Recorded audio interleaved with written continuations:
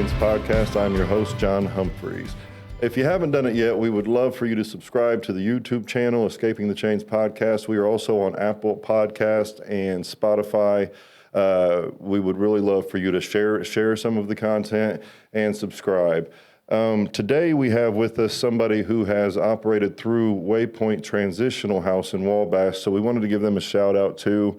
They have a Facebook page. If you have somebody struggling with substance use, they are a good resource in Wabash. It's a women's transitional house. So hit them up, go like their page, and see what all they have going on. So today we are going to get right into it. We have our friend, Chrissy Johnson. How are you doing? Good. She's going to share a story. This is it's going to be about some addiction things, overcoming that, and we'll let her tell it. We're excited to have her here today. So how are you doing? And tell us a little bit about yourself, like where you're at right now in life. I graduate Waypoint next month. I will be graduating reentry court in December. What is reentry court? Okay, so it's a court to help people that has been released from DOC not to reoffend. DOC would be prison for some of the people listening. It's what we would call a problem-solving court, parallel to a drug court, family recovery court. Reentry is kind of intense, though, yeah? Do you think, yeah, it's a pretty intense program. Okay, so what's it like living in a transitional house, and how did you get there? So I'm not court-ordered to be there. I kind of went there on my own. When I got released from prison, I knew that I had to do reentry court, but I didn't. I was just kind of going with it. So I went to church. I bonded out Friday morning, and I went to church on Sunday, and I ran into a resident from Waypoint, and she was telling me about it, and I just felt like that's where God wanted me to be. So tell me, what is the advantage for somebody trying to find recovery and freedom? What do you think some of the advantages are, and then what are some of the challenges in going the route of a transitional house? Because that's communal living. You have structure. Everyone is different, but you have different structures in them. So what do you think are some of the positives about staying at a Waypoint, and what are some of the challenges when you first move in and everything? For myself personally, the positive would be the structure, and the negative, I guess, would be living with a whole bunch of different women and having to adjust to being around other people and people in recovery that's not in the same place as you. Yeah, that would be tough. I think living with other people is tough anyway. So, all right, so let's get into this. Where does your story start? Whether it's the things you've been through, the trauma that maybe led to using, like how did everything start for you? Well, both of my parents were addicts, but I just tended, I was with my dad more than my mom. I was my mom's least favorite child. Well, my dad caught a really big case when I was 9 years old and went to prison. He ended up doing 21 and a half straight years. So when you say you were your mom's least favorite child, what kind of impact did that have on you? I was very resentful and mean and hateful. Mm-hmm. Did it reflect in other areas of your life, like relationships and stuff down the road? Do you think it had an impact on that? Yeah, it has made me very commitment shy to even in friendships or anything. Yeah, so you're a little guarded, right. So you're a runner then, right? Absolutely. Your response is flight. Right. Okay. So you grew up having two parents struggling. Your father catches a big case, which means he was about to go to prison for probably a long time. What happened? What happened next in your life? Where did you end up, and what decisions were you making at that time? Well, that happened when I was 9, and then I was around my mother a lot, but she was in and out with different men. I watched her and all of her friends getting high.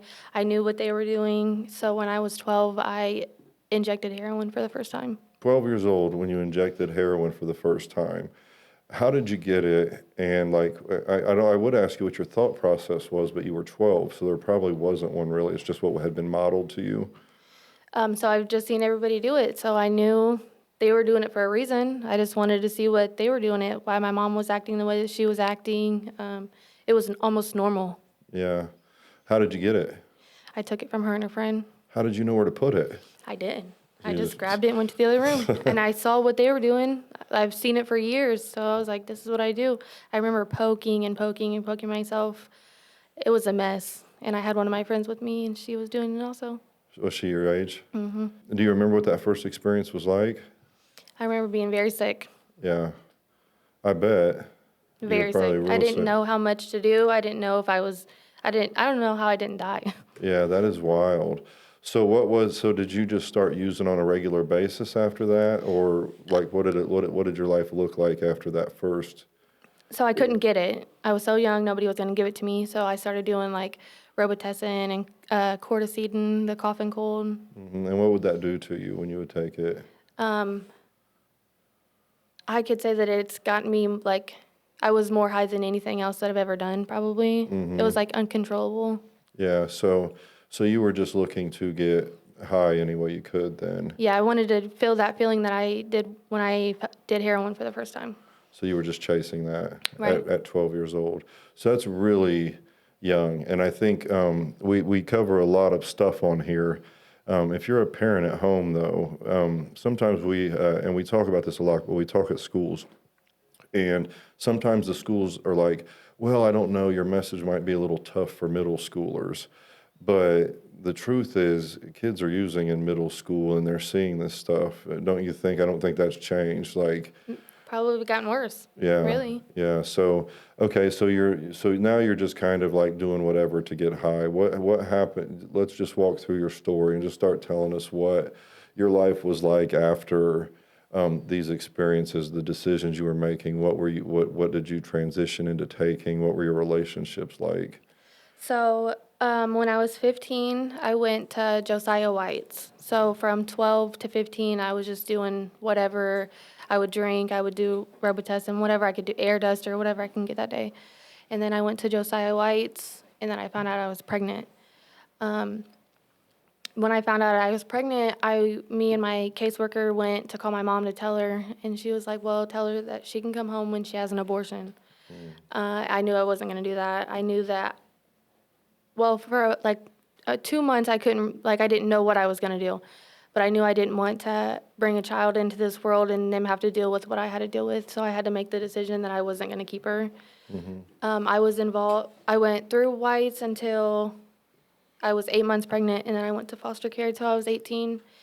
I was not active in her life, but I was involved. I probably seen her 8 times the first year that she was born. And then I got really depressed over not like keeping her in my life.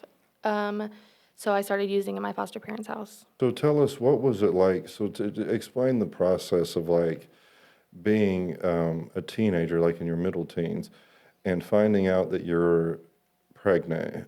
First off, what was that like? Like that thought process of like, that's a big thing, you know? I didn't think that it was real. I didn't think that it could happen to me. I already knew that I had a bad living situation at home.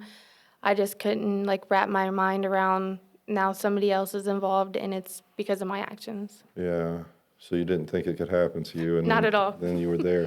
What was the process like after that? I mean, having to decide, like the things that were on the table were abortion, figure out like being 15 at White's, figuring out how to keep a child, and then like the the adopted route. Like what was that? How hard was that? My daughter is 13 now, and it still affects me every day. So it's still a part of like your thought process, and you think about it. Absolutely. What was it like at that time? If you were to talk to, if there's a girl watching right now and say she's 14, 15 years old and she just found out she was pregnant, what would you say to her? I am all for adoption. I think it's great. I couldn't have asked for better people to have my daughter. They obviously they're very guarded with her because of things that I have things that I have done, self-inflicted things. But I think it's a wonderful option. I would also say you made some decisions, but you were 15 years old. So like that's not really like it's not your fault. And for how so you still think about it every day. How many years? You said she's 13. Yes. So for 13 years, about every day you've been carrying that. Yes. You know. So how do you process it now? Like do you have in a healthy way? How do you process those thoughts? I've been through a lot of counseling, and now I'm able to identify that I did the best thing that I could, even as being a mother that gives her child up for adoption. Yeah. Well, that's a lot. I think that's really heavy. Okay, so now you're at your foster parents. Yes. So my foster dad was a preacher, and at the time he was the jail commander at Wabash County Jail. I started going to my mom's. I did meth for the first time. I was doing crazy things. I wasn't allowed to smoke cigarettes, and I was walking down the driveway smoking cigarettes. They were finding things in my room, so I knew I had to leave soon. It was just for his, like, I cared about him too much to keep putting them in the position that I was. Well, keep going. So what happens then? I went back to my mom's house. Back to the mess, huh? Right. Nothing's changed there? Nothing. It probably gotten worse. Gotten worse. So tell us about that then. Like what's next? What happens once you move back to mom's house? I met a guy that he was coming to my mom's house with one of my cousins that was living there, and we started cooking meth. I got my mom's house condemned for a meth lab. She was okay with everything as long as we were giving her some. It was just, my sister has never dealt with addiction. She doesn't she understands it now, but she didn't at the time. She was trying to work from there. We didn't care. We were just partying. My mom, I remember I came down the steps one day. She had known that I had been shooting up, but I wasn't doing it in her face. At the time, she was not shooting up.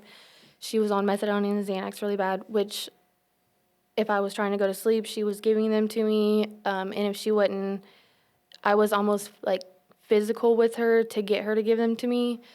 I came down the steps and I had track marks all over me, and she was like, "Hey, this is crazy." Well, I was like, "If you don't like it, you can leave your own house." So my mom ended up moving out, and then our house just went crazier. You kicked your mom out of her own house? I did. And you turned it into a meth lab. Yes. All right. So that's intense.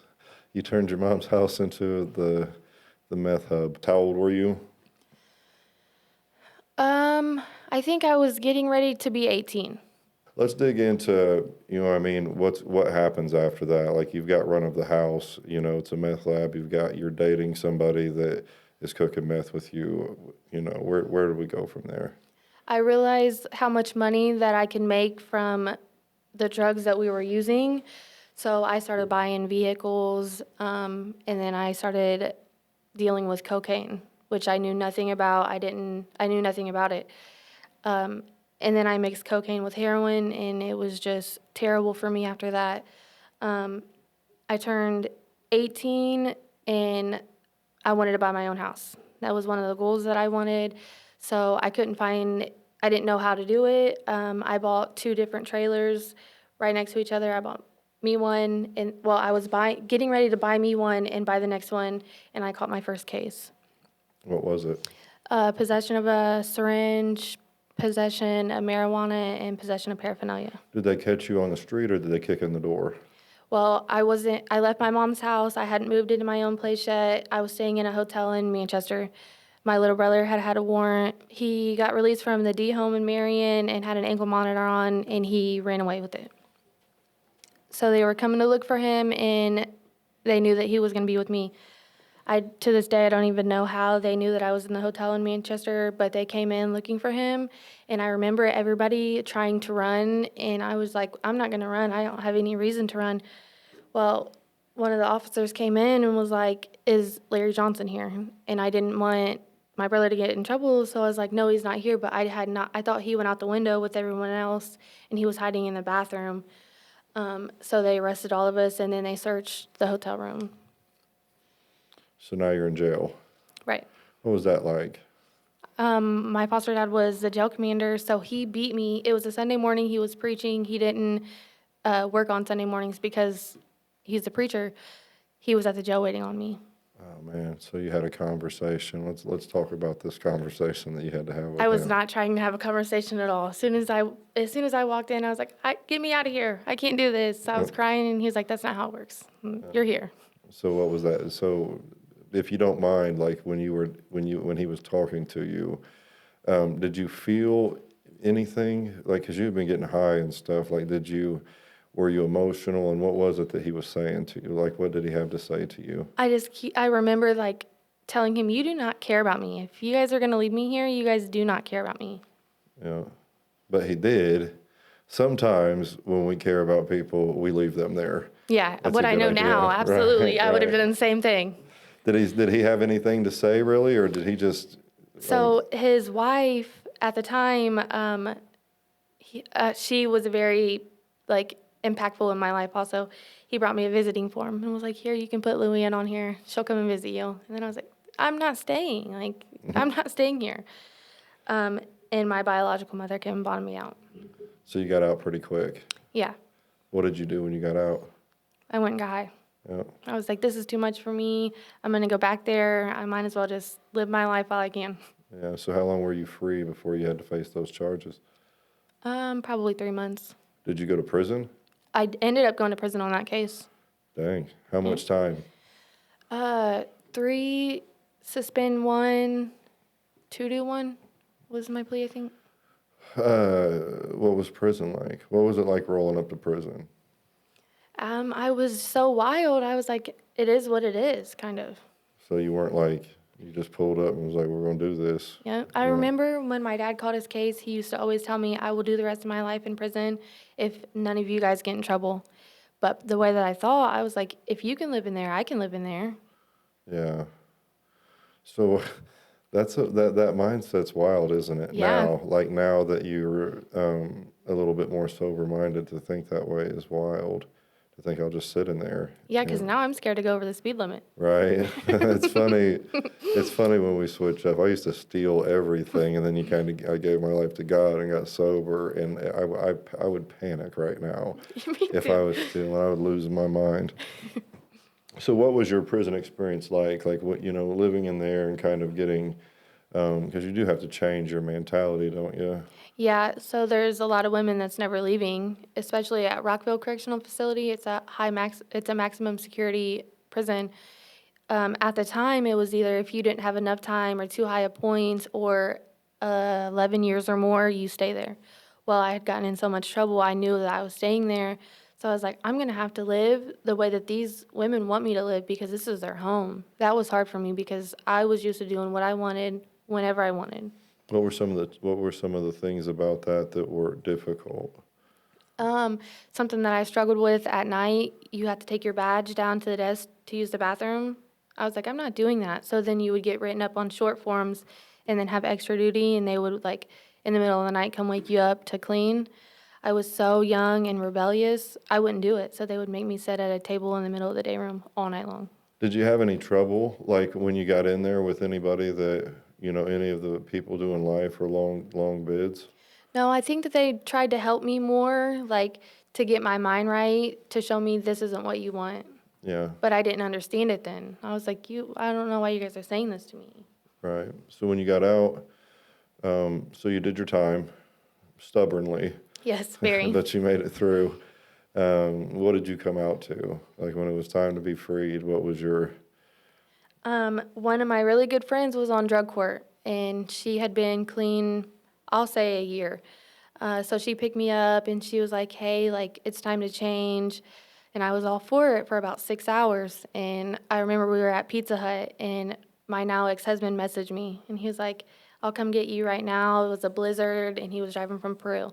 Well, I didn't make it back to the house before he got there, and then he ended up going home, and then I got back to the house, so he came back to pick me up.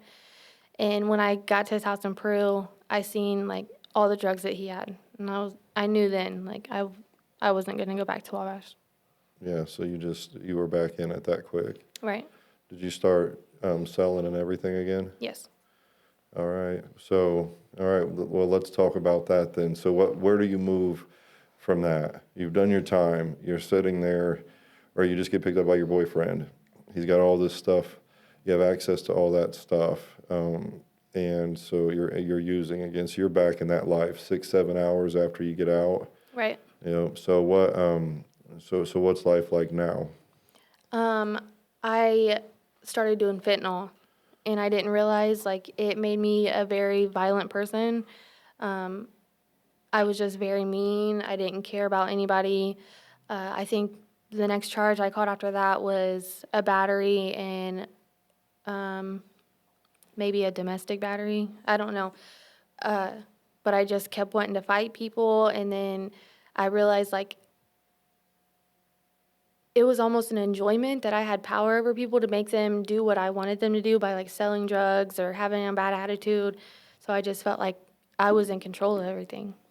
So that control got to where that became your personality, Right. and you fed off of it. Absolutely. Why do you think that was? I think that I didn't have control of my life growing up. Like, I felt so lost because my mom and my dad, when I finally got the chance to be in control of somebody else, I loved it. Yeah. So if you, like, all that time you were out of control, then it was like, I'm taking control of this, and I'm not gonna, people aren't gonna have control over me anymore. Right. So if we gotta throw hands, whatever it is, that's what we're gonna do. Right. That's wild, isn't it? The way we overcorrect in life sometimes. It's like, okay, I got treated this way, so I'm going to treat other people the way that I got treated that damaged me. Absolutely. You know what I mean? With that, and we don't really think about it. All right, so you're starting to get battery charges and everything like that. Did you have to do more time because of that? Yeah, I was catching possession charges. I was just catching a whole bunch of like little minor charges that I was doing a lot of county time over. So I've heard your story once when we did a Night of Freedom, and if anybody's listening, we go to communities and do Night of Freedoms. Usually talk about we do some live worship. Sometimes we'll do transitional graduations, but we also do testimonies about usually people overcoming addiction and some mental health stuff. And one of the things in your story that I really wanted to dig into and wanted you to take some time talking about is you ended up in the hospital, right? And can you tell me like what led up to that and tell that story and take your time telling it and give us as much detail as we can, because I think this one, it really hit me when I heard this part of your testimony. So I'm just going to let you kind of like go wild with that and just share as much as you want. So it really happened twice. But the first time that it happened, I was vaping, but it was the vapes that you put your own juices in. So I would wake up in the morning, me and my ex-husband would fill up my vape, but we would also crush like enable a meth down and put it in there also. I was doing that for about 2 weeks before I was feeling that I couldn't breathe. I went to bed, I woke up, and I could not breathe at all. Well, my ex-husband's mom has really bad breathing problems, so she brought over 7 brand new inhalers in a box and a nebulizer. In 2 days, I went through 7 inhalers, brand new. On the third day, I could not move from about 6 feet, and I was putting a breathing machine, like I was taking a breathing treatment every time I went to the bathroom, anything. And finally, I went to the hospital. When I got there, my oxygen level was 68, and I remember the nurse saying, "I don't know how you're not in cardiac arrest yet." So they took me back to the hospital room. They put me on oxygen, and my oxygen level is still dropping. The doctor came in and was like, "Hey, I'm sorry to tell you this. I'm going to have to put you on a ventilator and send you to Fort Wayne. I don't really know where to go from there other than sending you there." I remember telling the doctor, "I have a heroin tolerance that is crazy. Am I going to die from this?" And she looked at me and was like, "Well, tomorrow's not promised for nobody." So immediately I thought my life was just over. That time I was on a ventilator for 5 days. Well, when I woke up, in the middle of all this going on, my ex-husband's dad was dying in federal prison also. Well, when I woke up, they were talking about changing somebody's IV bags, and I thought that they were talking about me. So in my head, I'm telling them, "Please, like, I just want to stay awake." Well, I thought my ex-husband was like right next to me. I seen this like big, I could feel like this bigger man sitting behind me, and I was trying to like see who it was. As I'm looking forward, there's this cross on the wall that's, as I try to get to this cross, it's like sliding down the wall. And I remember when I felt like I was right there. It was at my fingertips. I started waking up. I started being able to like talk to the people around me. I remember the doctor telling me that it was October 31st, and nobody was in the room other than me and the doctor. So you felt a presence in the room, and then you saw a cross on the wall, and you were trying to get to the cross. Yeah, for years I thought, really until I did my testimony the other day, that maybe the presence behind me was my ex-husband's dad. Now, with what I know now, I feel as if it was God. Yeah, that's amazing. So you woke up. So you're still kind of out of it, and you felt the presence in the room, and then you saw the cross on the wall, and you were trying to get to the cross. Right. Man. So like when you were trying to get to the cross, were you trying to reach for it, or were you just trying to get to it? Like what was going on? I remember I felt like I was moving towards it. When I was telling my ex-husband this, he was telling me that the whole time I was sedated, that I was awake. They brought in a board for me to be able to like tell them what I needed. And the whole time I remember like multiple times feeling like I was above a planet flying all over the place. And so when you got to the cross, you woke up. Yeah, I was able When to you were talk to really people. close. Yep. So you're, so I don't know. I don't even know what to say to that except for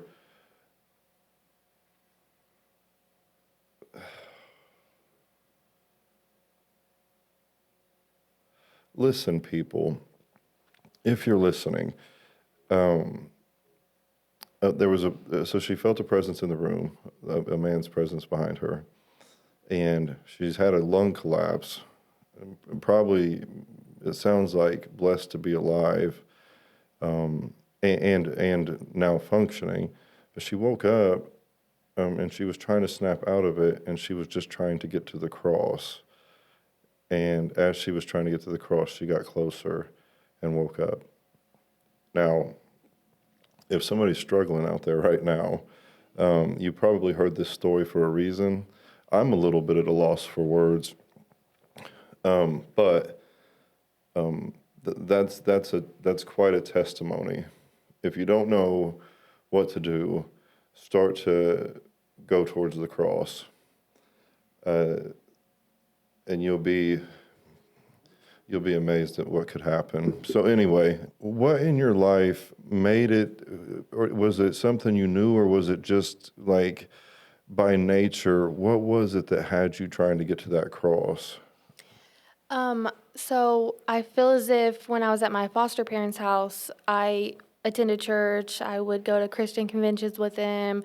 I knew I was listening in church, but it was more like a forced religion for me. But I knew that I was getting stuff out of every time I went. Something that's really stuck with me that I have heard him say so many times is, if you have to see it to believe it, it's not faith. So that was one of those moments for me.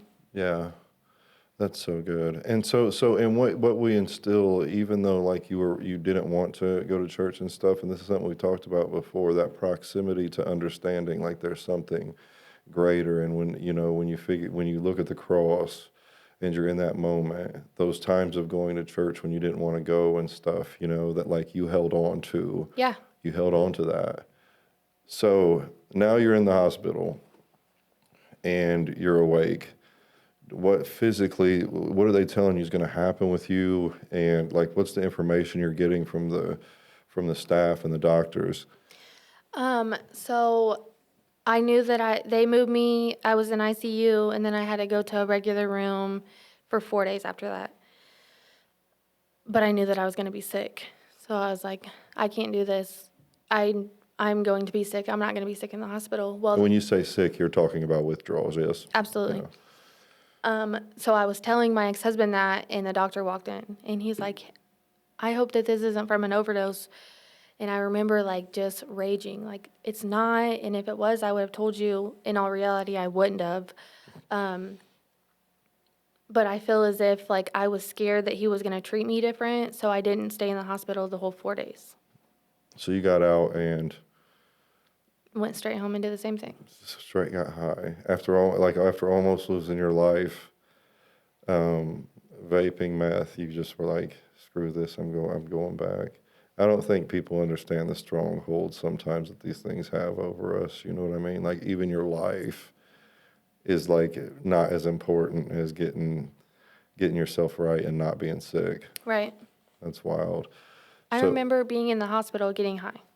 so you were in there getting high too.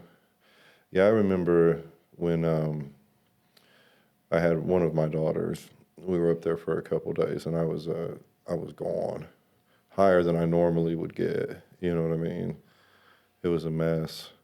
But you're not thinking about that stuff. You know what I mean? You're just thinking about like, I don't want to be sick. Yeah. I need to get high to function. That's what I think is really difficult sometimes that people don't understand is like, I felt like I had to be high to function. That was the only thing I feared was going through withdrawal. That was my biggest fear. Yeah, because it's like, it's a fear, right? Yeah. It's a big one. Gosh, and the things that I would do to not have to face that sickness. The things that I would do, there wasn't very much that I wouldn't do. Right. Like whatever. There's not people, I would steal from anybody, you know what I mean? I would play people, whatever it took. I wasn't even allowed. I remember being at my mother's ex-husband's house. He would count his spoons before I would leave. Like, he would not let me leave. They just didn't trust me in their house for anything that I would do. Even the spoons. Right. Okay, so you got out, you're back to using again after you know, two things happened. You almost died, and you kind of had a spiritual encounter. Yeah. But you still go, like, we still go back to what we know, right? So I know that, so you obviously ended up doing some more time. I did. How did we get there? From the hospital, what happens after the hospital? Did you overdose anymore? Did you go to prison? Did you go to jail? What happened after that? So right before my lung messed up the way that it did, my cousin, which we were raised as brother and sister, he had got sepsis and he was in county. My little brother was in there with him and he got so sick, like his hands was curling up, he couldn't go get his tray. So he went to the hospital and had open heart surgery. He had a pacemaker put in. So I woke up October 31st, and he ended up passing away November 14th. Well, he had passed away on my couch. I found him, and I was in such shock for 2 days that I didn't even know what was going on. So you found he was basically raised as your brother, Right. and he went into septic. But was that because of probably shooting up or something? Yeah, he had overdosed twice in the hospital. He was medically OR'd to the hospital, but people was still bringing him stuff up there. Right after his surgery, they took me, his mom, and my ex-husband, and his dad also into this conference room, and I will never forget the doctor told me it's not a matter of if, it's a matter of when he dies. And then he died 6 weeks later on my couch. I started doing Xanax then. Okay. So that obviously had a huge impact on you, and now you're doing Xanax with everything else. With everything else. So that sometimes we would take Xanax if we were feeling anxiety or depression. Like we just diagnose ourselves with stuff when we're on the streets, Absolutely. right? And we know what to take. So you've added that in there, which is also another thing that's really hard to detox from, Xanaxes. So you're on Xanaxes. You've lost somebody that you cared about. You've been in the hospital. What happened? Like, what happens next? Like, you're still selling or doing whatever you have to do to survive? Yeah, and I was selling more drugs then, I would say, than I was doing. We were making a lot of money. There would be some days that we would make $20,000 in a day.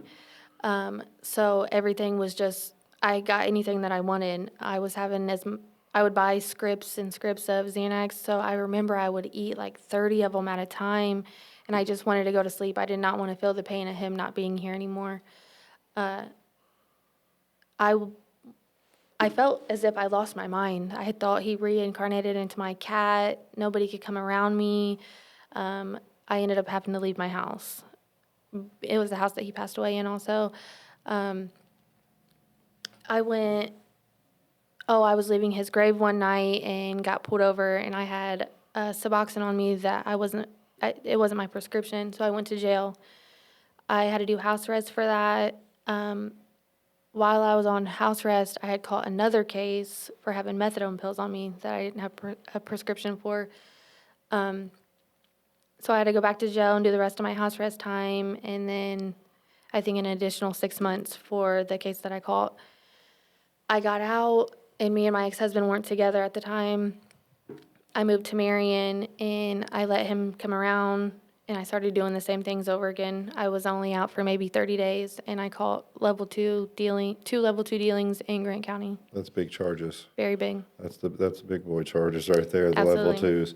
Okay, so the level 2s, is that how you ended up doing the reentry program? Yes. Did you do time because of the level 2s, or do you go straight into the program? I was supposed to do 3 years and 9 months altogether. I went to prison and I was getting in trouble. I was wild for the first year and a half, so I ended up doing 4 years. And then you got into the reentry program. Yes. So that goes back to where we started. So you're in the reentry program now and going to be graduating, did you say in a month? Yes, next month. Next month, you'll be graduating. Well, they say don't count your time before, but you'll be graduating. And, okay, so you get out, you get into reentry court, you get to Waypoint. That's pretty quick, right? Because you went to church a few days after Right. getting out, and you decided to go to Waypoint. When did the switch flip for you, really? You know what I mean? Not just like I don't want to get in trouble anymore, but when did it really, like, when did you find freedom from these things? When did you escape these chains? So I got to Waypoint January 22nd. I was immediately doing what I was supposed to do, but I was doing it because I felt like I had to. So the beginning of April, I found myself being complacent. I was like, I'm just missing something. I knew that I was going to be sentenced to house arrest, that I was going to have to do at Waypoint, and then I was upset over it. I just did all this time in prison. I didn't think that I needed to do more time. So I went to a night of freedom in Huntington on April 6th. I found God that night, and then that's when I fully surrendered, not only to God, but to the program also. What do you think it was about the night of freedom? Like, what happened there that, like, shifted? Because that's a big shift. I feel like, you know what I mean? Like, something, like we go through the motions and we can find sobriety, you know, but what do you think hit you about, like, going to that service? Because they're a little different than what you go, like, it's not really like going to church. It's a little different. But what happened in that time, in that night, that you were just like, okay? Ooh. So I remember maybe in March I was in a meeting with somebody, and they were talking about their relationship with God, and I just remember wondering, like, when is that going to be me? Like, is that ever going to be me? So when I went to the Night of Freedom, my mom, my biological mother, was in the hospital. They thought that she had congestive heart failure. And Jackie the director of Waypoint, was a couple rows ahead of me, and you were up there praying. She turned around and she was like, come on, we're going to go up there. And it was just like an intense feeling of like peacefulness that I got. There's so much power in praying for people and stepping out. I think a lot of people miss it sometimes because that opportunity's there and they don't want to step out, and they're like, maybe tomorrow I'm not worthy. All of the things that we think, you know, but like stepping out in that, because like with that, like you had heard other people talk about a relationship with God, and you're like, when's it going to be my time? And you went up there, and it may, you know, it wasn't like you thought you were going to have some amazing encounter, you know, but I think for a lot of people, it's like it's difficult, but it's simple. You know what I mean? It's simple. It's just like do this anymore. Not the way I've been doing it. I was always one of those people, like, I could see people having conversations that I wanted to be a part of, and then I wouldn't include myself, and then I would walk away and be like, oh, I should have said something. So I was always one of those people, like, after church was over, I felt like I should have worshiped more. I should have done something differently. So that night, at the Night of Freedom, when I went up there, I got what I needed. Yeah. And it took a friend saying, "Hey, come on, let's go." Right. I've been listening to, or I listen to my audio Bible sometimes in Mark, and that's the one where they like dug a hole, to get their friend to Jesus because he couldn't do it on his own. And I think the people that you have around you has such a big impact. And like hearing your story, it's somebody invited you to, church. Somebody invited you to, hey, you come to Waypoint. Somebody said, hey, let's go to the altar. Like having those people around you is so important. I agree with that 100%. I have been working with Jackie, like I've been doing my steps and everything with her, but I almost avoided her until the night of Freedom. It's not that I avoided her, but I was like kind of leery on my relationship with her. Mm-hmm. Now, with the support that I get from her, I needed that. Yeah. So you went up there, you got prayed for. What happened? Like that, let's talk about, so you went up, got prayed for. It was a little rowdy that night too, if I'm not mistaken. They always go a little different, but I remember RJ was there, so was Jackie. They're both in the studio. That night that was one of the more wild ones, I feel like. It kind of just went.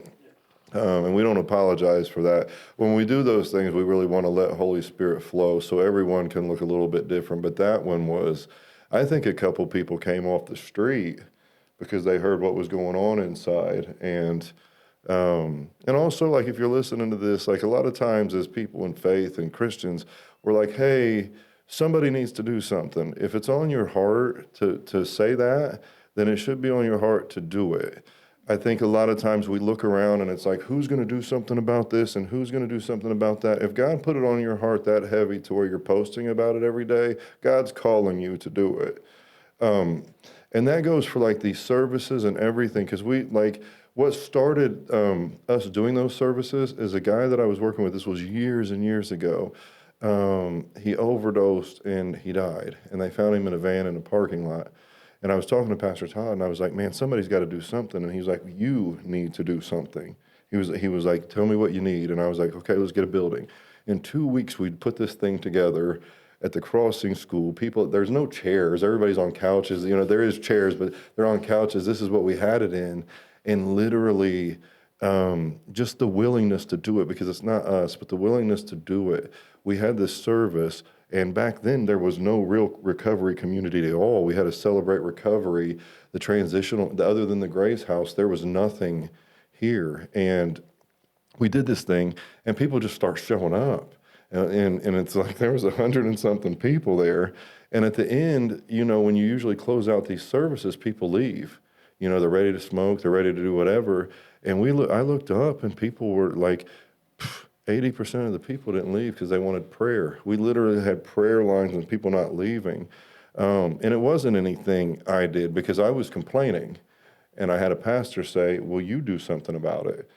And I think that's something we really see a lot, is like we have to do the stuff. If you feel like there's a need and it's on your heart, then you just do it. The thing we did in Huntington, there's so many people involved in that stuff, but it's just a thought.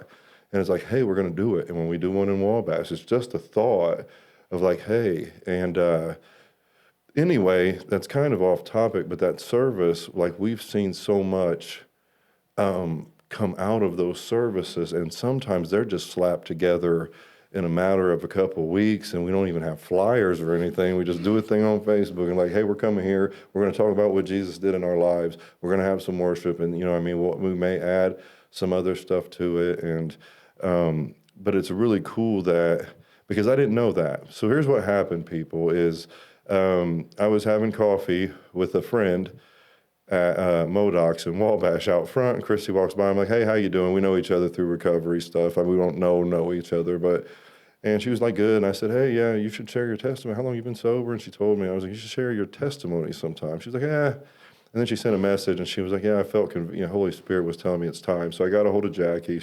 Jackie and Sam are really good friends of this program and myself.